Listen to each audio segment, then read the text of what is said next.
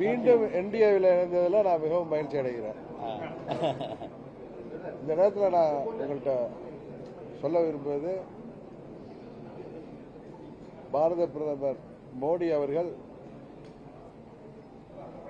மத்திய உள்துறை அமைச்சர் மாண்புமிகு அமித்ஷா அவர்கள் மூலம் தமிழ்நாட்டில் என்டிஏ கூட்டணியை பலப்படுத்தணுங்கிற முயற்சிக்கு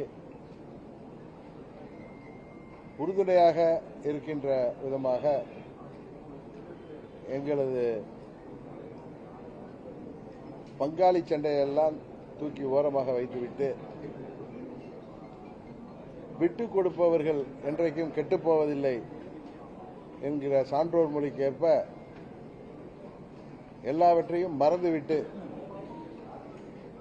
அம்மாவின் ஆட்சியை மீண்டும் தமிழ்நாட்டில் அமைக்க வேண்டும் என்பதற்காக 2021 மாண்புமிகு அமித்ஷா அவர்கள் எடுத்த முயற்சி அன்றைக்கு முடியாமல் போனதால் இன்றைக்கு தமிழ்நாட்டை வாட்டி வதைக்கின்ற